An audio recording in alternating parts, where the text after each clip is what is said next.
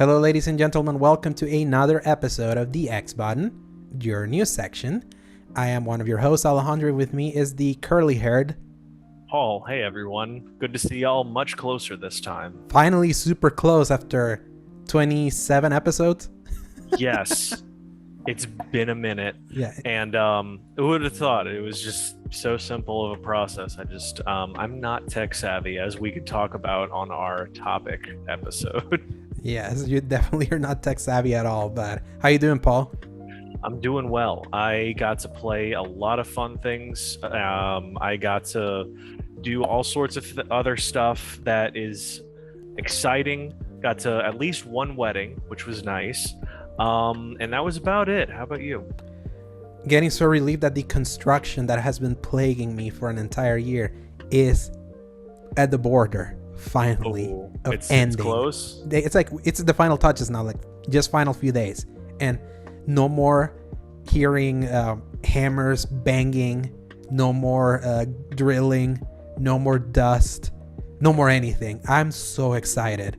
I can't believe this reported project that was only going to last 3 to 4 months from back in February ballooned to an 8-month project. So you can just imagine just how like the pent-up stress I've had of having to live in the middle of a construction and not seeing it progress, or slightly seeing it progress and then not, and then yes, and then not. So I can't wait, because that's just going to be such a stress reliever. Finally be like, my home's back and we finally have everything new. And just work, still enjoying being able to spend a couple hours in the morning outside, like in an office. Technically it makes me get out, and I had not realized that my body's aching for me to go out a lot. If I don't go out, it starts like hurting. I start like you get that inherent depression that you don't even know it's depression for just like being confined, that I hadn't realized is like a it's the ever departing gift that COVID has given me from having gotten used to just being in lockdown, just for being, like trying to stay safe from the stupid virus. But then like how bad just remaining locked up also can be for your body if you're also not being active within it, which I had not until we started going on hikes. So yeah, I'm excited for that. And I'm also excited for what will be coming later, not in this episode, but in another section, because that's true. Our friend PJ, also known in YouTube circles as JOK, who was a guest in this show when you were on vacation after E3, he's coming back, and he's joining us for like a special formatted version of the what have we been playing / topic, which is just gonna be a debate on Metroid Dread and its merits and a bunch of other stuff, because you beat it recently. I did finally. Yeah, you had that the end boss broke you. I had an experience with not just that boss, but with a large part of the game, and I wanted to say some things about it. And Zach, who unfortunately won't be with us, I will be parroting his much better phrased statements on the subject, while PJ is on the other side of the fence. And I will be somewhere in the middle. That'll be so much fun. You'll be somewhere in the middle, but then I have a feeling I'm gonna have to hold you back at certain points. Yes, absolutely. Yeah, I'm positive on that game, but also err on the side of the people that don't like it in a way. Like, I understand where people are coming from, and I want people to like air those grievances, despite like what one may think is like the general consensus. This game is just great overall. There's more nuance, and that nuance is already picking up. Just go to the Metroid Reddit to see where that nuance is coming. So we're gonna explore that in all facets. It's not gonna be a roast of Metroid, but rather an exploration of both Dread and the series itself. So especially because just newsflash, we've also been playing those like earlier games that I got you an emulator, like push it to get an emulator, because it was finally stupid Nintendo doesn't give you an easy way to access those games, so you have to go the emulator route. With the exception of the original Metroid and Super Metroid. So enough preamble. That's going to be what we're going to be doing for the next section of our show. But it's a news week that's quite packed, and I'm quite pleased by it. So Paul, press X. For some news. All right, Paul. So earlier this morning at our 7 a.m., your 8 a.m. After very weird timing for something like this. Yes. After a more than a year of silence after an initial showing that led to the game being delayed to this year, today 343 Industries released a 6-minute campaign overview to give an updated look to the campaign side of Halo Infinite, still scheduled to launch as a single-player only offering alongside the free-to-play multiplayer on December 8, 2021. The overview now fully emphasizes Halo's full transition into an open world in the vein of Far Cry with a little bit of Just Cause, showcasing some improved detailing compared to last year's somewhat lackluster visuals, to put it lightly. Remember, Craig? Oh, yes. As well as give a small idea about how this game's story picks up from the contentious, quite apocalyptic ending to Halo 5.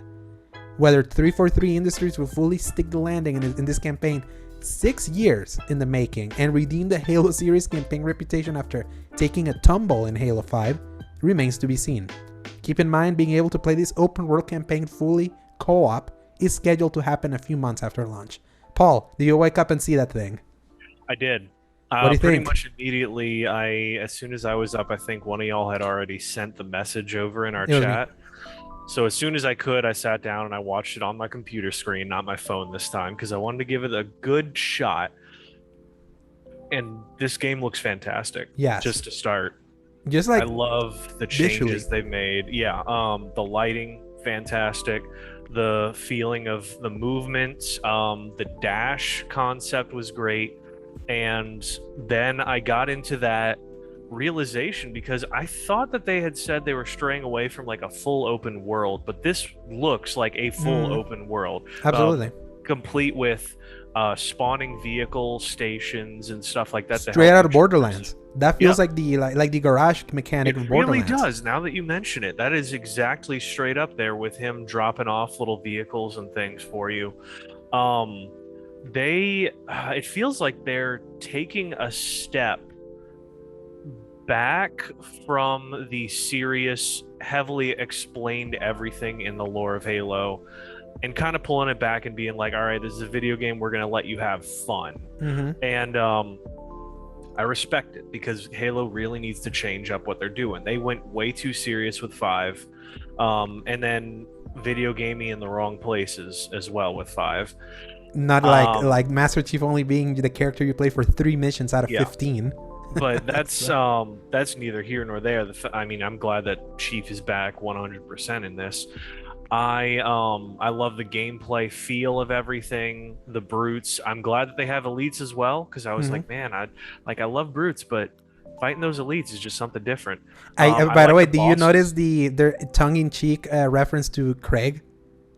Did they? There's and all enemies, and then they showed the Craig dropping with full armor.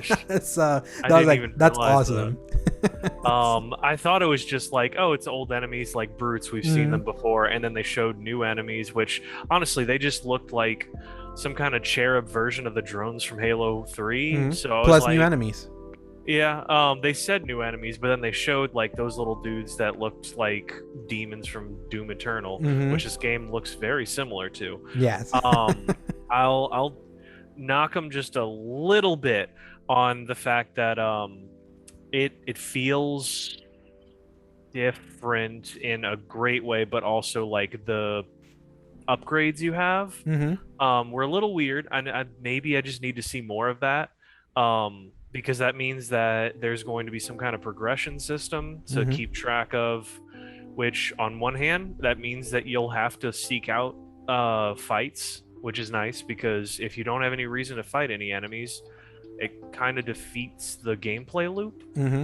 So I think they probably had to do that, especially if they're making it as open world as they are. I just hope that they also funnel it a little bit for some of the missions to make it linear as well. Yeah, like this definitely feels like they went back to Halo Combat Evolved, looked at the idea of the second mission. Yes. And they were like, let's make an entire game off that. And Combat Evolved is like the most wide open Halo to date. Yes. Like, it's so funny that everything else, then you go to 2, 3, a little bit ODST, because ODST also tied with, like, I think this is taking both Combat Evolved and ODST vibes, because ODST is the only one that has toyed with open world, because of the new Mombasa like hub that you can kind of do things out of order, explore. So they're finally embracing that, because Halo 4 and 5 were a little bit more traditional, and obviously with 5 with the very heavy co-op feel to it, that you always have 4 players all the time, kind of like Republic Commando. Like I once mentioned, you the director of the Republic Commando worked on Halo 5, so he brought kind of like that feel to that game. So my big concern is the environment that they've shown. Is that all there is?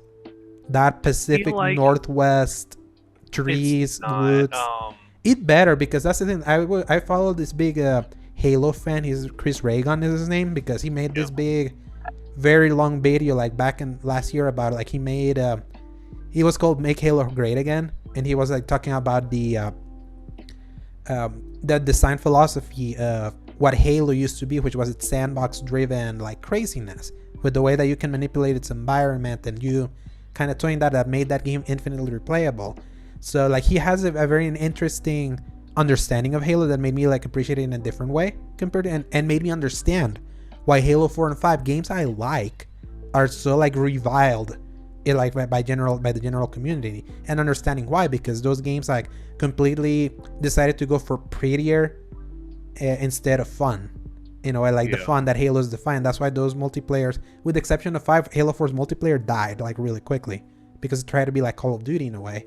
So he pointed out, he's like, you have a campaign trailer, if you want to like make everything cool, you show different environments and all that, and all he saw was Forerunner technology and just woods, and that's fine, because it doesn't look bad, especially compared to last year that it had a very last gen feeling to it, like in spots that it now it doesn't like feel much better. It does feel much better. It's not like a graphical benchmark, like look at how beautiful this game is to like showcase the machine. I don't think it looks like that, but it looks like a pretty and it doesn't need to. Halo never needed.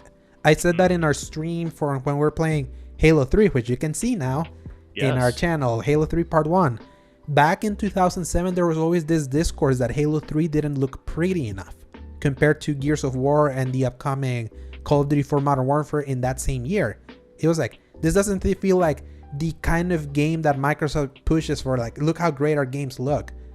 But the art style that they picked, and the reasons why they picked it, is why it has made Halo 3 more timeless than those other games. Especially now that they has been uprest. It's like true. The art, we talked, you kind of asked me when we were playing, it's like, in the remaster they did for Halo 3, Halo Master Chief Collection, they barely did anything. They kept the game as is, other than just bumping resolution and frame rates. But the game as it was, like, that wasn't touched. So I feel like this is like the next evolution of that, because the art style resembles that Bungie trilogy more than Halo 4 and 5. That was like more busy, more like, look at all this light, look at all these particle effects. Here's what's hilarious. They got the art director from, or like some art people from Metroid Prime for Halo 4 and 5. And there's a lot of Metroid Prime in those games. I see it now. So look at the Forerunner dudes, the Sentinels and whatever they were called. Yeah, and I say that because I've been replaying Metroid Prime. Like, I have it here. Look, like, I've been like playing it again, and that's what struck me. Is like, that's a very distinct art direction, and I like that art direction, and I liked it in Halo 5, but it's not Halo. The Halo like art style is like what we see now in Halo Infinite. So I hope that there's some surprises, that we see snow levels, the desert levels, or more variation than just the woods. I think that's gonna, because if not, it could be visually stale. And I was reading some discourse that some people are kind of not feeling the idea that Halo is Far Cry now, especially in a year where Far Cry 6 came out. So I understand that, because it's like, this is their first open world game, and Far Cry has been doing this for forever. Will they be able to capture that? Obviously Halo has its own sandbox, but it's baby's first open world. I mean, look at Horizon Zero Dawn, which we're going to be talking a little bit about later. Like, Horizon Zero Dawn was baby's first open world for Guerrilla. Right. So you nail some things, and some things can get better. So who knows? But I will say, as my closing thoughts on it, I think this could be the Halo Infinite walks, so that I know they kind of wanted to make it a live service almost. Yeah, but this is going to be Halo. Yeah, everything is just this game. Right. So anything after this is the benchmark. This is the base. This is the like whatever you begin with, and then you're going to build off to all these cool things. So maybe I'll give them a pass if it's only this one biome, if it's only this one kind of self-contained area, and they tell a decent story, and then everything after that is like, oh, this is all like in the frost biome. This is going to be like a new desert biome. This is going to be in whatever. And they can really expand that concept. I mean, we talked about Destiny. Look at the Witch Queen doing this cool like haunted swamp kind of biome thing. And it's a fully new thing, and because you set up the good benchmark of how Destiny plays, you can do something like that. So I'm thinking maybe if they get it right with this and it's popular enough, then they can just continue making cool building blocks. I would hope that. It would make me sad that the live service model will basically cut us right now from like more diversity, but there's also, this is notorious, it's like this game has taken 6 years to make because it has been a nightmare for 343 to develop, because they had to develop a new engine, completely scrap all plans they had after Halo 5, because Halo 5 failed. But you haven't finished it. We'll eventually finish it because we're doing that playthrough. That game feels like it's leading to something, but the reception to it was so bad, it like hurt the Halo brand in campaign mode, that they had to rethink a lot, and it took them this long. And of course they had to like face plant themselves with the COVID of it all. So yeah, I'm optimistic after last, let's put it this way, after we saw the campaign last year, I was like so worried about it, because I was expecting to be more impressed than I was from this. There's something wrong, and they confirmed it. They delayed it after they got clowned to oblivion. So now, and also now I understand why there's no campaign co-op. I understand it a little bit more now. That would be harder to like really kind of having to QA that in the scope. Oh, absolutely. I can see why they need more time. I absolutely understand that. I would almost expect it to be like, hey, you can only play co-op in certain situations. Like you can't just go all out, because imagine playing a co-op Far Cry. That would be a nightmare to code for them. So yeah, Far Cry 4 and 5 can allows that, but it's kind of like, it's weird the way that it allows it. You can't even play campaign. They do have it. Like you can like toy around in the world, but I don't remember you can play campaign missions. That was the only thing that it couldn't allow you. So it was segmenting itself. So maybe they're trying to figure that out. But it's still coming on December 8th, coming to Game Pass. So I'm excited for that. Number 2, Guerrilla Games is giving an updated look at some of the quality of life improvements they've implemented into Horizon Forbidden West. Still scheduled to release on February 18, 2022. By the way, they posted this literally the second Microsoft posted the Halo thing. That was hilarious. Yeah, because the thing was at 7 and 8. This was at your 8, my 7. This was literally also at my 7. So I was like, huh, that's so funny. Do you think they did that on purpose? Absolutely. Okay. Like you're absolutely like, there's no way you just post this like at the day that your competitor like showcases the campaign of their biggest game ostensibly from the year. They immediately counterpunch like at the same second. Oh, competition is awesome. So that's amazing. Yeah. Their big improvements have been focused on the world itself and the player interaction within it to provide a more dynamic feel to the open world and the player. Editorial note, clearly inspired by Breath of the Wild. They're touting that what they call their free climbing system, which calls to mind what the Assassin's Creed series provides in regards to interactive climbable environments compared to the limited Uncharted-like options from the original game.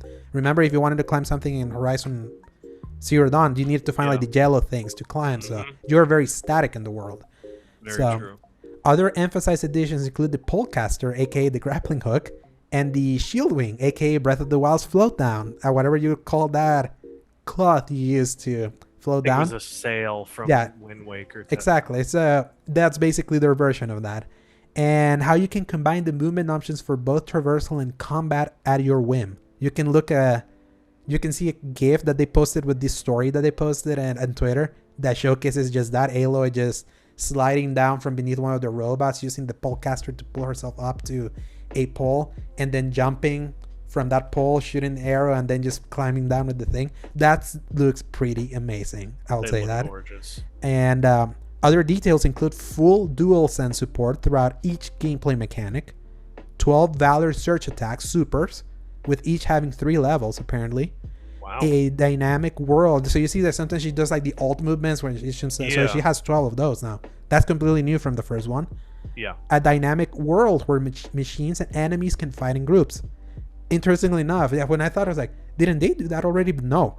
Either you fight groups of robots or groups of enemies, or you see some enemies fight robots, but not together. Yeah. So that's the difference. Okay. And then what was that last thing that they had? Plenty of new weapons plus some returning ones. Maybe you'll finally get your automatic weapons that you so crave all the time, even though it doesn't make sense. And also that Aloy can wall jump on top of like all the movement options that we listed. I cannot wait for this Horizon game, because especially after having replayed this game again this year, just hearing all of this is basically going to give that game the kind of verticality it almost screamed it needed from the first game. As much as I like that first game, it's like you almost feel always stuck on the floor all the time. Yeah. So what do you think of all this stuff and some of the few things that you got to see before you can read the whole article? Yes. So I did watch the video that you mentioned and posted. So that was awesome. I loved every little clip of that, because every second was packed with something new that they haven't done before, or an improvement on something that they have. Which one of my biggest things was I did not like either the design or the way the spear operated, because it just felt limited. The bow, it was nice to have different kinds of arrows, but after a while I got a little tired of just like your bow and your spear, that's all you get. Which that's just a personal thing. I don't even want to like blame people for liking that, because I appreciate it. But whenever I'm playing a certain game for a little while, one of the things, as you know, is I like to change my outfits and I like to change my weapons. And when Horizon Zero Dawn wasn't allowing me to do either of those very easily. I mean, I could, but there weren't many variations. Exactly. I was gonna say that there's very little. There's like an automatic weapon that's like a staff. That's a little machine gun in the first Horizon, but you needed to find it. Right. And it has like very limited. Yeah.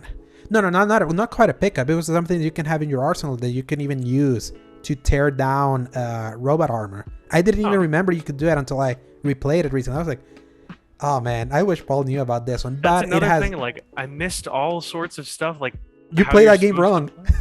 Apparently, you play that game wrong. So yeah, like, and them emphasizing they're gonna do that, guaranteed you're gonna get something for that. Because yes, I'm a fan of bow and arrows. I'm a simp for archers. Yeah. I have that pretty big established. So that wasn't a problem for me, but I can see where it could be a problem for other one that wants a little bit more variety. And it seems that variety is what they're adding here. This seems like it's going to be Assassin's Creed 2 to Assassin's Creed 1. Yeah, a great first attempt. That fantastic process. Just actually great that you mentioned that, because I remember when I would play Assassin's Creed 1, it was nice because you had your sword and your dagger and like your throwing knives and whatever, but there wasn't a whole lot. But then Assassin's Creed 2, you had your heavy swords, you had your spears, you had like hammers. All sorts of different, your hammers. You could throw your heavy weapon. The improvements in the world, the improvements that you could do within the world, that is compared to the very limited things that you were meant to do in the world on 1. Yeah. And so just, it's night and day what they're doing. I love the shield wings design. It feels really cool, the way she holds on to it, the wall running and all the other little things that add to that freedom. Because I mean, one of the favorite things about it was Assassin's Creed Unity's ability to free run like kind of anywhere, and the animations followed that. And while I loved the animations for Horizon Zero Dawn, it was very limited in its platforming abilities with that. So it sounds like they're just adding one thing after the other of things that I've complained about on this show. So y'all can pull the receipts for that if you want. Yeah. I can pull them. I've been listening to all episodes. Oh yeah. I'm satisfied with what I'm seeing so far, and honestly, if they continue with that, I will probably pick this up and I will love it. However, it's also in the middle of February, the Hunger Games Bloodbath of 2022 that we're gearing up to. Yeah, it's gonna be a nightmare. Yeah, it's gonna like one of these games is gonna blink from that February event. They have to, but they have to blink. I hope that Horizon is not one of them, No. unless it moves itself Up. forward Yeah. to January. I'll take In that. fact, like it's done that in the UK. It was supposed to come out in March, and then they moved up to February. So it could happen. I mean, I've seen it. Like they'll say, "Hey, we're moving it up like a week or 2 weeks." Or They something. could, I'm because like, in February 10th, I "Alright." don't see anything that I know of. I was like, Yeah. because it's coming in February 18th, so a week earlier. I think the week before that is Dying Light 2, which was supposed to be a December game that got bumped. They So- can destroy Dying Light without even trying. I think, because I don't even know if I want to get Dying Light 2. Yeah, that's a wait and see for like reviews, like it was for this other game, number 3. Reviews for Square Enix's Guardians of the Galaxy game are live today, courtesy of the game's embargo lifting a day before the game's full release. We rarely do this kind of stories, but it just so happened to land today. That makes it worth noting. And also worth noting because this was a game that, again, I was like, I don't know about that. Same. Let's wait. Currently sitting at an 81 aggregate score on Metacritic, the Guardians of the Galaxy video game seems to be enjoying a warmer reception compared to the previous Marvel game by Square Enix, Marvel's Avengers, which ended with a Metacritic aggregated review score of 67 and has been continuously lambasted since launch over its poor handling of its games as a service, something that has continued even with the mostly well-received War for Wakanda mini expansion from this past August. Here's what some notable reviews are saying for Guardians of the Galaxy. Number 1. Marvel's Guardians of the Galaxy is another convincing example of how much fun a linear, no-frills single-player campaign can be. An 8 out of 10 from IGN. Guardians of the Galaxy offers a fresh take on the familiar theme filled with heart and humor. An 8 out of 10 from the YouTube group EC Allies. They do great reviews. They're the game trailers people that moved to there. Oh. So, game trailers died, they became EC Allies, if you didn't know. So, Marvel's Guardians of the Galaxy is the biggest surprise of the year. Polygon recommends from website Polygon. If you enjoy the banter in the Guardians of the Galaxy movies, it's non-stop in this game and it's every bit as fun. Tweets Andrew Ryan, a reviewer of the Game Informer review that gave it 8.5 out of 10. And here's my favorite. Guardians of the Galaxy will make you lament the fact there isn't an equivalent game for Iron Man or Thor or wherever. Do you imagine a parallel universe where alongside your MCU Blu-rays are a row of games just like this one? I strongly recommend it. Our buddy Skillup. That's amazing, honestly. Yes. I wasn't expecting any of that. Something that you said, do you want to say that little thing that you heard, or you want me to? Yeah, you say it, because I don't know if I said. One thing that we recently heard from Alejandro actually pointed out to me is that it plays like Mass Effect. Yes. And that caught my attention because all of a sudden it makes kind of sense with the way it was, because I was under the understanding that it played a little more like it was third person, but it was more like a Marvel Ultimate Alliance, like co-op attacks. You just keep kind of doing the same thing. You're mashing the buttons and that's about it. But when they said Mass Effect, I like all of a sudden it kind of reframed all the gameplay that I've seen of it and made me a lot more curious. This morning I kept hearing more like the longer form reviews from like different groups to kind of hear what they were saying. Someone compared it to like a mix of Mass Effect, Uncharted, and Marvel Spider-Man. Like all together, but not quite as good as all of those. But it assimilates them. So it's like, oh, this is like this. Maybe not as great as this, but it's like this. Oh, this is like this. It's not as great as this, but it's more like this. But if it's still good, then hey. No, I think that to me the more important thing is that it's like what the IGN review said. It's another convincing example of how much fun a linear, no-frill single-player campaign can be. So that means not a campaign that you have to grind for hours apart. Like no frills is like just like it's Uncharted. Yes. Yeah, like Uncharted is a no-frill single-player campaign. You just go. Yep. We barely get one of those. So this has like climbed up now. For whenever I get some money, I think I might pick it up, because I always even said that even if this game was just 7s, I would get it because I just want more Marvel games to support that. It's great to see that this has been warmly received, especially after knowing and understanding how lambasted Avengers has been, despite me liking it at its core. But it's so funny, it's like everyone in those reviews even said, if only this has just been a campaign, and if they had fleshed out this campaign, it would have been great. But the service element completely killed it. This doesn't have a service element.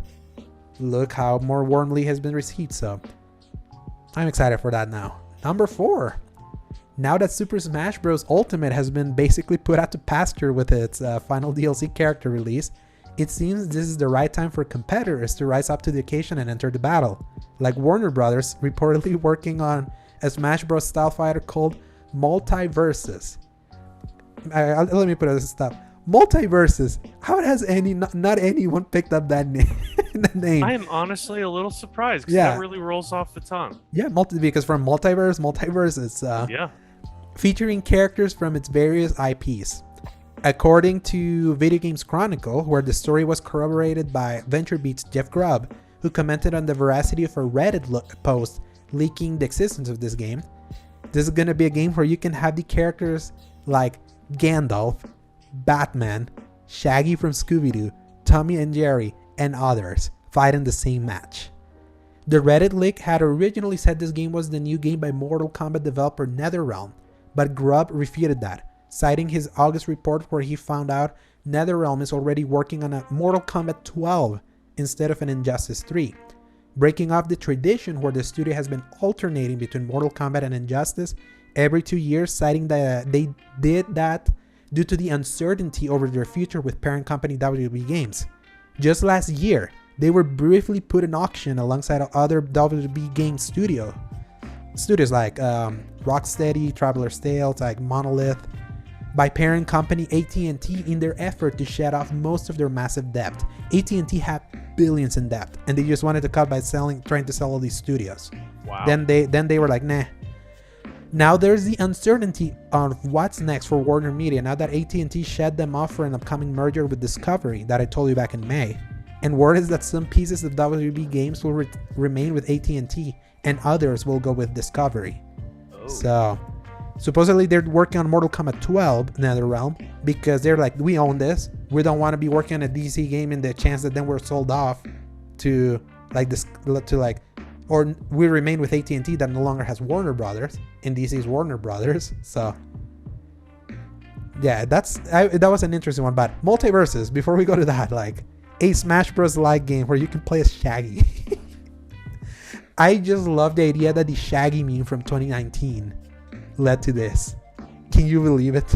I'm kind of glad for it because it revitalized, I think, a lot of Scooby-Doo's media, because everyone now filters everything that Shaggy's ever said through the eyes of the meme. Oh, shoot.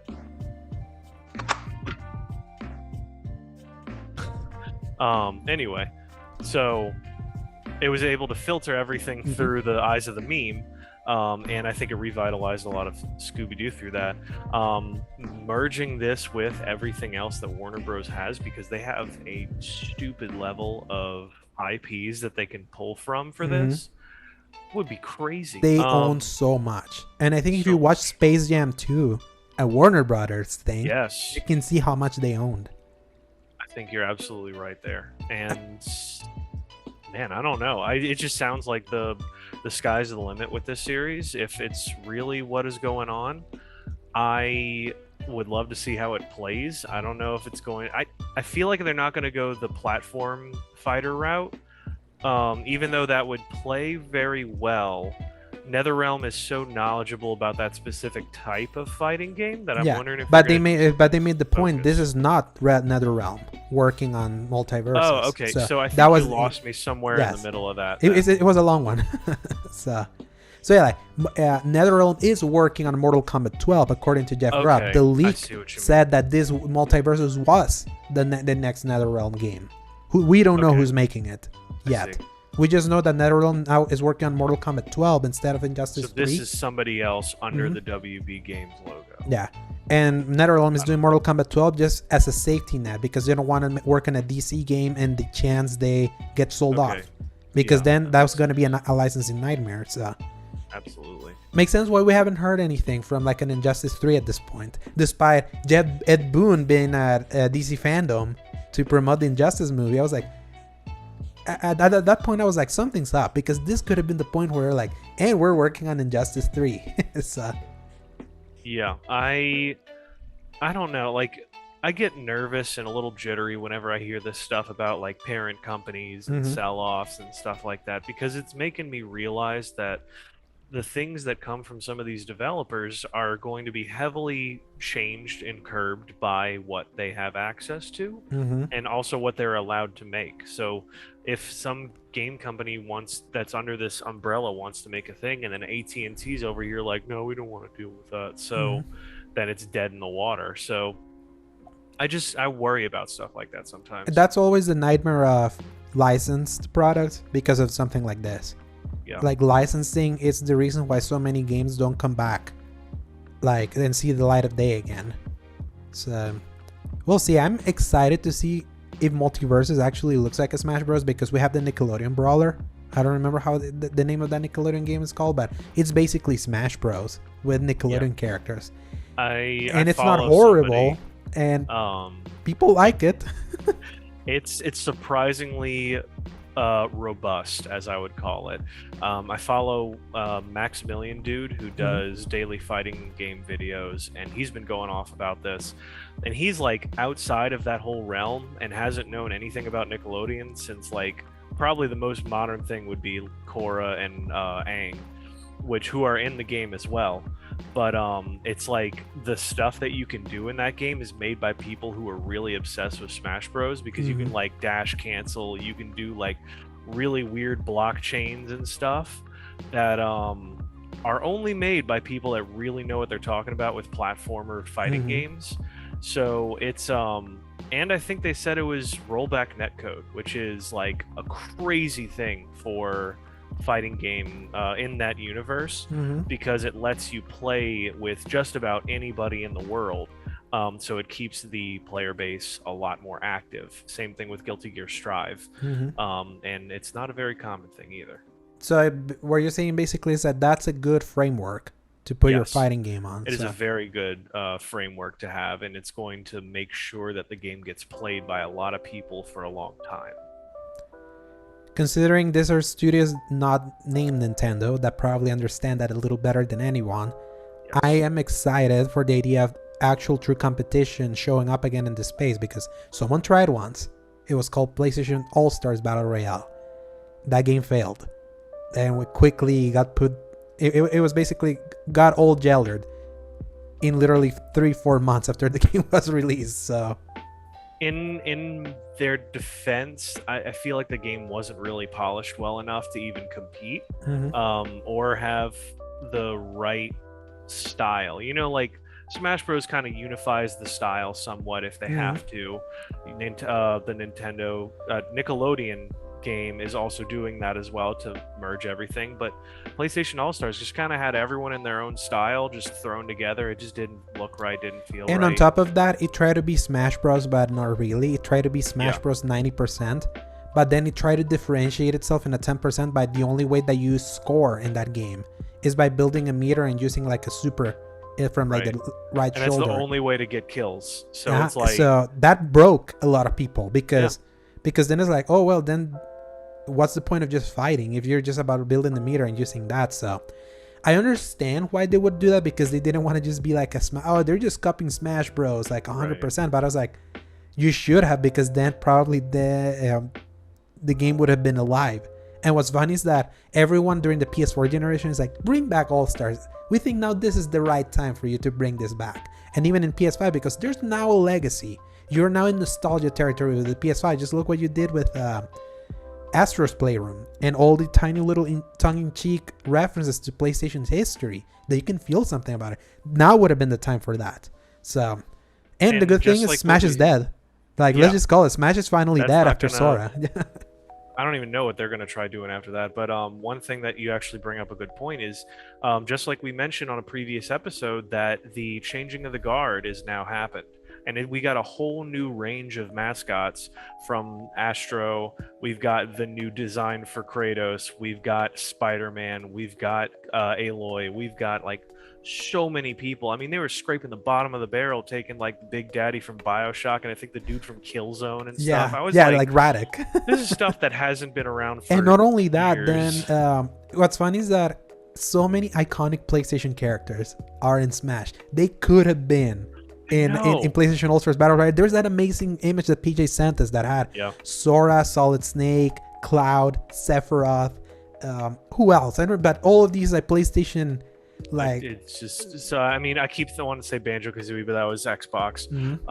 But like literally, so many of these people. No, that was Nintendo as well. Dang it. Yeah, but there was many. It was just so funny. It's like all these characters could have been like if they had also grabbed Crash Bandicoot, that would have been like an extra coup, because that was another one that surprisingly wasn't in PlayStation All-Stars Battle Royale, like a celebration of PlayStation at the time. But let's also remember, PlayStation, like Sony and PlayStation during the PS3 era, never did anything right. So of course they would always have good ideas and not execute properly. But hopefully maybe will also push them to maybe give All-Stars Battle Royale another go properly. If Nickelodeon could do it properly, and we assume this multiverses one is just gonna go Smash Bros all the way, also with a bigger roster of characters. Who knows? Number 5. Very excited and trepidatious about this news. After what has been almost 8 long years of contempt for the franchise and its audience asking for another game, it looks like it's finally happening. Splinter Cell is finally coming back. According to our beloved Video Games Chronicle, it looks like Ubisoft is finally relenting and has finally put a Splinter Cell game in development after ignoring this series since 2013's Splinter Cell Blacklist. The game is supposedly early in development, and it's not being made at a studio outside. I mean, it's being made at a studio outside the usual traditional Ubisoft Montreal, which were the ones that made the original game from 2002, 2005's ultra beloved third game, Splinter Cell Chaos Theory, 2006 PS2 and Xbox versions of Double Agent, and 2010's series reimagining Splinter Cell Conviction. Other entries were made by other Ubisoft subdivisions, with Ubisoft Shanghai being responsible for the series' first direct sequel, Splinter Cell Pandora Tomorrow, in 2004, and the contentious 360 PS3 version of Splinter Cell Double Agent in 2006 and 2007. Ubisoft Toronto were the developers responsible for Blacklist.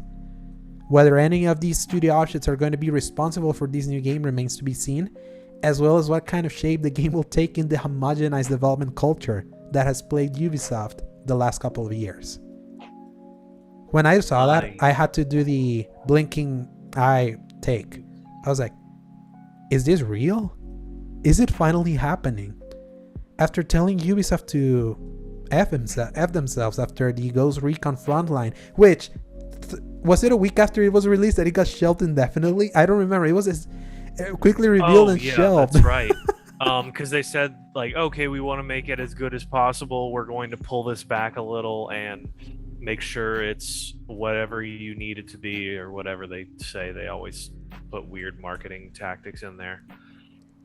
I am not excited about this. Because of that last part, right?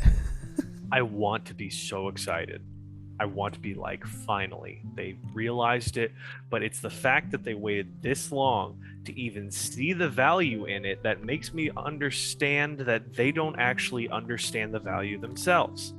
I would counter that they did. They just put him in every freaking game that they had. Literally every freaking game. Instead of making an own. They doled this man out to other series for some reason. But that's exactly what I'm thinking, because they don't understand the amazingness of just a simple single player stealth game. Mm-hmm. They're gonna have to add all their bells and whistles like they always do. Mm-hmm. And I think that's exactly why they didn't make a Splinter Cell game. They made it a Ghost Recon game. They made it a Rainbow Six Siege game. And they made it all the other games that they could have possibly made, including like the weird chibi mobile game that they tried for like 2 seconds and then gave up on. Mm-hmm. Like, y'all are wasting money at this point. But anyway, all that is to say that they're taking the character that they know people like, but they don't want to deal with everything around him, which is like a cerebral stealth shooter. Mm-hmm. They don't want any of that because they don't think anyone likes it. So they're gonna like make it into whatever they want. Now they're like, oh, okay, we'll do the series. I think they're still going to take that core and just toss it out the window. Mm-hmm. They're gonna surround our lovely man in all of this dumb stuff and make it into like a Call of Duty or I don't know what they want to do, but it's not going to be what we want, Yeah, honestly. it's like if this has been announced, I'm trying to think, when did Ubisoft finally like jump the shark with homogenization? I think it was 2018. Had he been announced like in 2017, I would have been out of my like over the moon. Absolutely. At this point, because now it has come after a year that I have lambasted Ubisoft like left and right over them trying to turn Assassin's Creed into a live service game. What they're doing with that X-Defiant abomination that was basically the most generic looking game possible. Them shoving Ghost Recon into a battle royale genre. It was the current Ubisoft that is right now is like, you had made the point that maybe we were getting all of these because this was some of the things that were put in development by the dude that got kicked to the bucket, like the Serhi Gasco. So maybe now we're finally reaching that point where like, okay, we had to wade through the garbage because we already had all of these things in development, because those games take time. They are not made like we're pooping out a battle royale in 8 months. Here it is. No, it takes years. Look at Apex Legends. I mentioned that in that episode that game took 2 years to make. So there's always like a 2-year lead at least to make those games. So now I think we're finally maybe moving at a time where maybe Ubisoft is finally getting it, but they have shed so much goodwill. They have shed so much like cachet about all the stupid moves that they made, to the point where there was a Star Wars game announced by them this year, and there were some people that the first open world Star Wars game, BTW, think about that, we've never had one of those, yet people are like, it's Ubisoft. They've already made their bet. Everyone knows what a Ubisoft game is, and that sucks because they were my favorite because of the diversity that they had. This is a wait and see for me. I want to see what abomination they pull up, if it's gonna be like, because their live service is everywhere. So are they gonna try to make this also live service? Who knows? I mean, let's just remember, everyone's just loving why Guardians of the Galaxy is reviewing so well, specifically because they said it's no frill single player campaign. So maybe one time Ubisoft will finally remember there's a market for that. But hey, I'm excited to see that at least a ray of light is coming from there. But it's bittersweet. Someone call it a monkey's paw. You finally get your Splinter Cell, but you're getting it with this Ubisoft. Yeah, that sucks.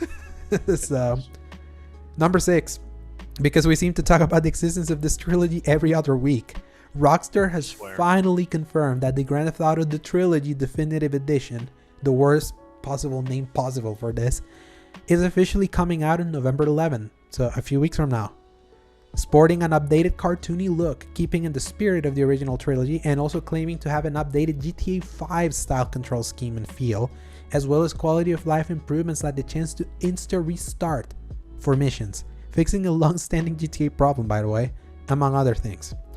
More interesting is the news that Grand Theft Auto San Andreas by itself is being carved out and offered on Game Pass when the trilogy releases on November 11th, with Grand Theft Auto 3 being carved out and offered on PS Now by itself on December 7th. Huh. So that's, I must have misheard this earlier, because I think I had heard when you said that it was the whole trilogy coming to Game Pass. I see. Just San Andreas. That makes more sense, because I was like, this is such a weird thing for them to show up with and then give the whole thing out immediately to both PlayStation Now and Game Pass. So that makes more sense. Also makes more sense they would pick San Andreas to be the one, and then just throwing GTA 3 to PS Now for like the 12 people that use it. I'm excited about this. I like it. I appreciate what they're doing. I was on the fence last time we talked about this, with the idea that they were taking away all other versions of the series to replace it with this. This is a very big change. I respect them for doing it. Of course, it's their own stuff, but I also think, once again, we got to talk about protecting gaming history at this point. Because GTA is such a massive series, you should still have versions of it available to the public until you risk the point of losing all of that. I mean, just look at what we deal with the Star Wars series and the special editions and all that. Some people just want their own version of it that they grew up with, not the new version that's just very different, I would say, from the original. So, um, I'll pick this up on sale. Play San Andreas on Game Pass, absolutely, but I don't know. I think it's a little worrying sometimes because Rockstar, not like Ubisoft, but also like they don't really understand what their own people really like. They just kind of follow the numbers, Mhm. and that's what kind of worries me. Yeah, remember the people that were supporting Red Dead Online were put in this. They're the Yeah. ones that made this and left Red Dead Online basically unsupported. Like, There's like 50 people maybe working on all of Red Dead Online, I'm sure, because it takes them so long to do anything. All they can really do is add their little like passes for some stuff, and that's just a nightmare. I don't want to talk so about that. I get where you're coming from. At the same time, I look at the work they've done to this, and it's rare for me to see a remake or remastering in this way that actually I feel stays to the spirit of the original. Like, it everyone feel like GTA, especially with 4 and 5, everyone sees it as this proto-realistic game that you can do wacky stuff. You forget GTA 3, Vice City, and San Andreas were cartoony to a fault, and they kept that cartooniness with like the way they remastered it. And as much as I like the idea of like trying to maintain like at the original version of these games, like the objective reality is that these Grand Theft Auto games don't hold up in gameplay, like No. in any way, shape, or form. And them going to add GTA 5 style control scheme and feel, the best feel in GTA, by the way, to these old games, that's a lot of good work and a good way for people to really experience these games, especially because it seems that they showed the before and after. Yeah. They have kept basically everything.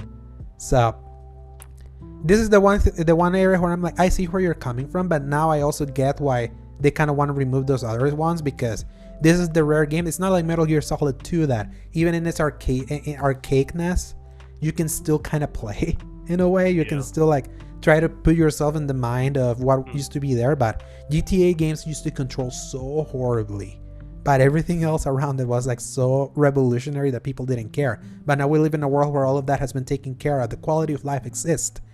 Something that we're going to talk about, quality of life, in our next segments. Yeah, in a few days, or for everyone that watches the full episode altogether. But yeah, it's like I was more surprised by how it looked, and I think I found it interesting that Grand Theft Auto 3 has been given to PS Now, but it makes sense because this is the 20th anniversary Grand Theft Auto 3, a game that originally came out on PS2. So for like celebration purposes, they're giving it to PlayStation. But then GTA also, San Andreas, it's considered the best one from that era. Everyone says their favorite is Vice City, but I would also make the argument that San Andreas was the more fully featured, and Xbox gets to play it. So I never played it beyond the first few hours because I came to it very late after games played differently.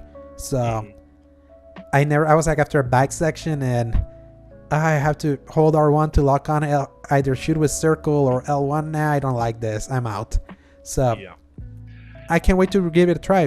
They're selling the full thing for $70 if you want to like the next gen version with all the bells and whistles, with 4K resolution, a higher frame rate, and all that. I'm glad that there's at least an option to see at least one of these games basically for free if you pay a subscription. Obviously you're paying for one because we're playing Halo. And this also makes me interested. Is this setting up a precedent where some people use Game Pass, carving out a piece of a game, and that's what's offered there, and the full version is what you buy? Think about that. Is this not like the next step?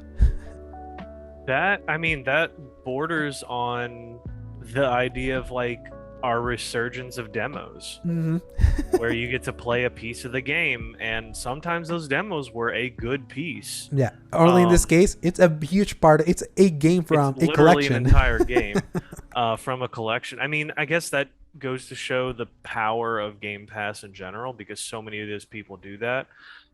And I guess this won't really affect the price of the entire thing, because you know how like sometimes things on Game Pass are also discounted. I guess because it's only a third of the actual game, maybe that doesn't affect it. But here's what I'm thinking, because if they're doing this, maybe the way Rockstar is doing this collection is that they're also serving them piecemeal. Like, you can just buy one of these 3. I maybe at some point, but I feel like they're so focused on this trilogy aspect that I don't know if they want to split it. Do you know that, remember Crysis? The Crysis 3, they announced it as a trilogy, but they are offered piecemeal in the PS Store. I saw that Crysis 2 was like That's by itself, true. Crysis 3 also, so same as Mafia. There's a Mafia trilogy, but then you can also buy all 3, so Okay, I guess for the trilogy, I just assumed that was a bundle, I guess, more so than this is what the way it is, and then we're going to split it. yeah, maybe individually they're priced in a way, if you buy all 3, it's more expensive than just buying the trilogy definitive edition altogether. Probably. Yeah, we'll see. This thing, Oh. It's November 11th. It actually happened. We talked about this trilogy back in July of like, oh, it's actually gonna release this year. And we're like, if it does, it'll be a miracle. Then we saw the South Korea one that said like everything has to live to 2022, especially with GTA 5 moving to 2022. So it's like, yeah, that was a pipe dream. Then here we are a few weeks later. Like, it was a week ago. We saw that we saw the South Korean rating. Now we saw that it existed. Before it was just later this year, and now it's happening. So that'll be fun, because I'm not seeing in November right now, like, what's coming up from November that I would want to buy. Maybe just Vanguard, and I'm already have been with this whole thing that, yeah, I have replayed all the Call of Duties because I want to do ever a fun topic ranking that thing, but I'm not feeling like buying Vanguard like immediately, especially with how I'm feeling about Activision in certain areas, and waiting to see if my brother wants to buy it. If he buys it or he wants me to pitch in, I may pitch in just to play campaign, but not feeling Vanguard. So it's like, there's nothing in November basically. So maybe that opens the door for me to like play this, because I'm not getting Battlefield. You're getting it because you pre-ordered to play early. So I already pre-ordered it. You're going down the whole like the fiery, buggy road of that game. Funny enough, I'm actually going to be out of town for its release date anyway. So maybe by the time you release it, like you come back, and when it comes to maybe I'll have like a day 1 or 2 patch that can come through real quick. Yeah, that's a game that we can't trust reviews day 1, not with Battlefield Online only games. Final story.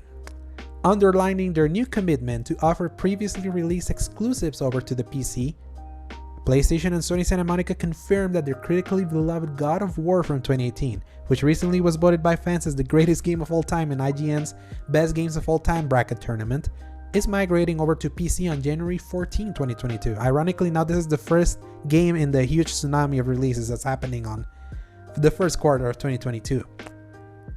The PC port was outsourced to Canadian studio Jetpack Interactive. By the way, I didn't know there was a studio called Jetpack Interactive.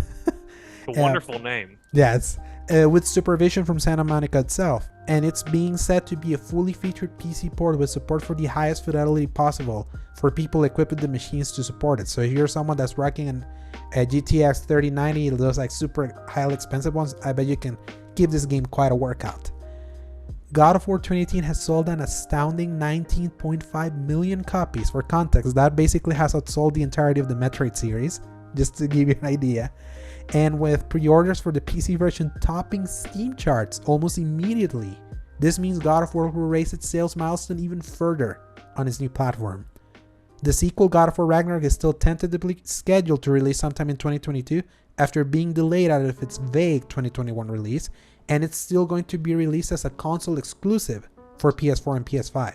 So there's also the possibility it could convert some few PC players that got into the series with this upcoming PC port over to the console version of the sequel if they can't wait years down the line for the potential of Ragnarok releasing on PC. Sony is all in on PC versions now. Don't forget, on your beloved Uncharted 4 is also going to be releasing in this period with the Legacy of Thieves edition. So I'm very happy for this, only for the fact that, one, it means that more people can get to experience this amazing game. 2, it is showing that the market is changing for this. The idea of raw exclusives is slowly pulling away, I think, and it's coming to the point of what I think somebody said on Twitter really well is like, we should just have everything be a timed exclusive and then show up on PC later. Like, make it 3 or 4 years. That doesn't matter. As long as it comes to PC, let everybody play it one day, eventually. And then one, like, they get more money out of it several years after their game's already come out. And two, like, it's just more people get to play these things. And that's really what we're here for. So I heard it really in one of the podcasts that I listened to. It's called Sacred Symbols, the PlayStation podcast. The main host there really made a really interesting analysis to all of this. Think about how, because this is a PC version coming almost 4 years after the 2018 game, Microsoft started making Xbox and PC games out of a desperation move back in 2016. They were lagging, they were losing.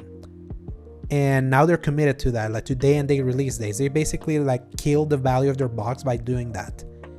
And now Sony is like finally realizing that there's money to be made with these PC versions, and also the economics about AAA development, that if you really want to make your money and make a good profit just selling in your own secluded box, if what we want is all these games to look prettier, be bigger, blah blah blah, it's like, that's the, we can keep getting those games, but it's gonna cost tradition in a way. And it's also interesting to see that because Sony has always been in a good position. They're slowly getting into this mode of releasing the PC versions at a different time, and they're not like being put in this expectation. They can roll back, like kind of like, for example, he also put the example of Microsoft committing to all our exclusives are going to be in Game Pass. You can walk that back now. You have already set that expectation. So it's like, it's so funny seeing like one in a move of desperation has set all these standards that in a way are consumer friendly, but for their bottom line is like, if they see there's potential for them to make more money in other ways or previous ways, they can't walk it back anymore because they set that standard. Now Sony's like slowly, because of how well positioned they were last time, they're slowly kind of entering this race, not as we're catching up. No, they're making it in a way that makes sense for their bottom line, because they're also in the business of selling hardware.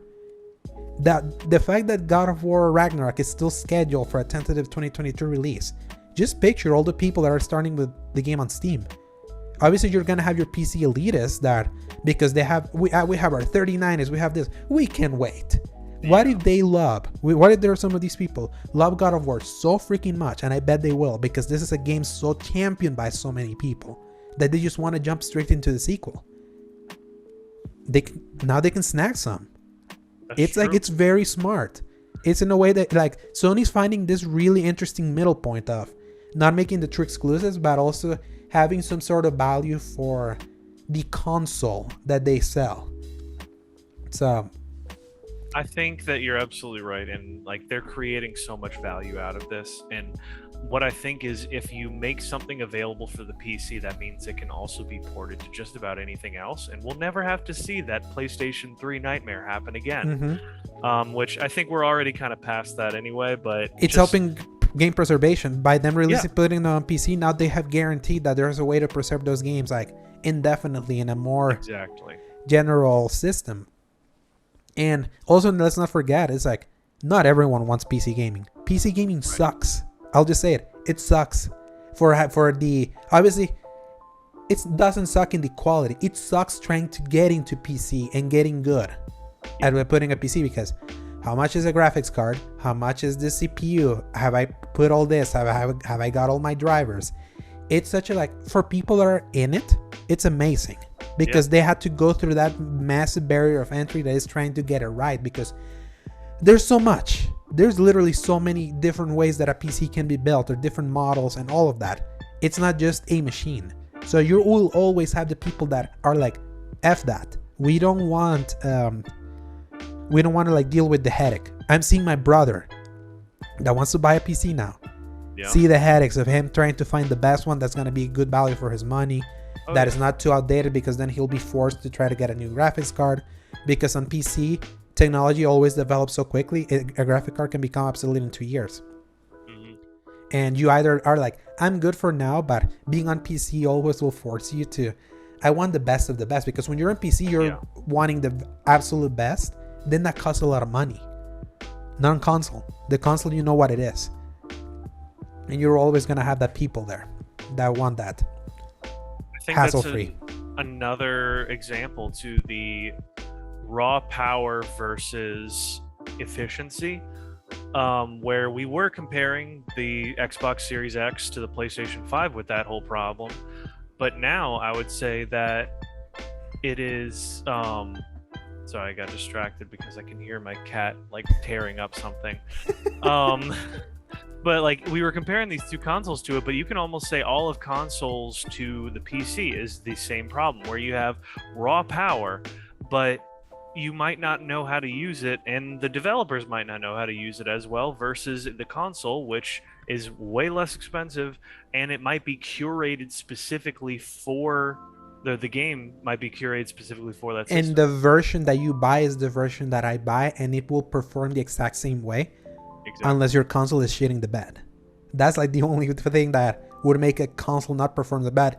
That's what a console allows, a baseline that everything should work the same for everyone. In PC, the way you have set up your PC will either guarantee a high performance or a low performance. That's always the hassle that you have to deal with PC. Obviously, for people that love that hassle and have the money to it and just funnel all of that, the reward is like incredible detail that consoles could barely sometimes even dream of. But if you don't know any better, you just want to remain on console, you don't have to worry about that. You're still being served. Sony is now serving both of these in a way that helps their business. They're not at that desperation point where they're just releasing everything at once. I do wonder if we're ever gonna get to a point where they're releasing the PlayStation and PC version of a game, a first party game at the same time.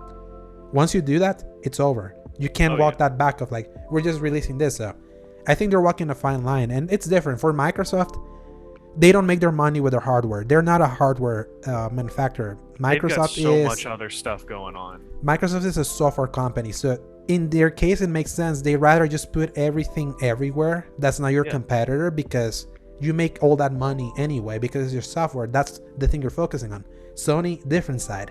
They make the machine. They make money on that machine. They want to at least have value in that machine, but not let go of the fact that there's money to be made on PC. And now, because trickle up economics, we have to accept that. If we want our games to be as good as they can be, they need PC versions, because that's always a big market there. You're leaving money off on the table. Can't believe we're here now, because a few years ago, the elitists, the console elitists would be like, no, everything has to remain in this console. In fact, there's this amazing video that when Horizon was announced for PC, there was this kid literally earlier that year. He was like, I want to thank Herman Holtz for everything that he's done for my PlayStation. I know the best days are ahead for PlayStation. And then literally after Horizon was announced for PC, he recorded a video of him having destroyed his PS4. Like completely shattered. Like, because he was like, because he felt so betrayed. I was like, I cannot believe there's people that stupid with capital S in their partisanship, in their like, that they define their little dick energy of defining their life to like a loyalty to this machine is just stupid. That's just what it is. And I laugh hard when people like lose their complete shit over this. So I'm really glad that I finally matured past that nonsense. If you go on Twitter and Facebook, even now, if you go to like PlayStation's official pages on any of that, it's all Xbox fanboys like Xbox better, and then vice versa. On the Xbox page, it's PlayStation's better, Xbox has no games, and it's like, all right, guys, why are y'all wasting time on this? Exactly. Just go play your games. And we're all here. And we can even prove it in this show. I have teared all of these three companies a new one. What just happened to Nintendo last week that I literally devoured them? They have that whole membership. Yeah, and I completely called their bullshit. I have called out Sony in this show for having been so quiet, especially during the abandoned crap that I had to deal with. I have called out Microsoft, praising them like for doing everything right, but also calling them out of like, what the hell is happening to their game releases? Like all of them, like no one can call us fanboys.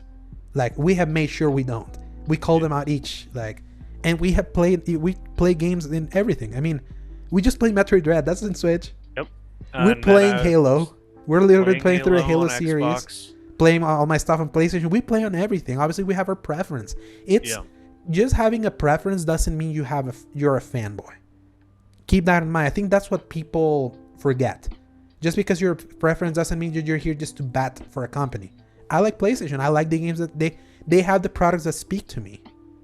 That doesn't mean that I'm gonna defend every stupid decision that they're gonna make. Same. Neither for the other ones, and we shouldn't. In the end of the games, like, they should serve everyone in a way. No need to like have this sportsmanship that no, your team sucks. Like, I'm so tired of that, and I'm glad that because we're more adults, we get it. All these people, I bet they have that kindergarten mentality of like, mine better. So it took a while, but I'm glad that I finally reached it myself. Yeah, I'll accept it. When I was in the PS3 side, when I made the switch to PS3 after that story that I told in that topic a few weeks ago, and had to deal with having to suffer through all the crappy ports, I took that personally because I was like, ah, man, this sucks. And then hearing all the ones like, just want, look how great our versions are compared to the crap you guys get, or there is like, that sometimes gets you, but then it's like, eventually it's like, yeah, it's just stupid. That's just stupidity. No need for that. You'll feel better. And for Sony, I'm glad they're doing this for PC. Whether the fanboy zealots cry over, now our console is less valuable. Them. So, and with that, we have reached the end of the news section of this show. And for everyone that's listening to the full thing, we are now transitioning over to our special segment. And for everyone that has listened to us for this new section, I want to thank you so much. It's been fun. It was a meaty one, considering it was just things from today, plus a few of the things from last week. I'm liking this, that if big stuff happened on Monday, we're always going to cover it, because why not? But if not, we always have the recap. We don't have that pressure we used to have. I'm so glad for that. I am glad as well, and it's a nice little, hey, this is what happened last time, but also a lot of people like to say things on Monday anyway, so we're keeping up with it as best we can. If we had kept a Tuesday thing for this thing, we would have felt more of that pressure of trying to just be current, because it's just that. But Monday's good for us. So, Paul, I can't wait for what's coming. I'm ready for war. I'm scared, honestly. I don't like this. And you'll see, for everyone, when we do that debate, because oh man, there's so much to talk about Metroid Dread. But until then, thank you all so much, and Paul, I'll see you later. And remember, press X to play. Good night, everyone. Adios. Hasta luego.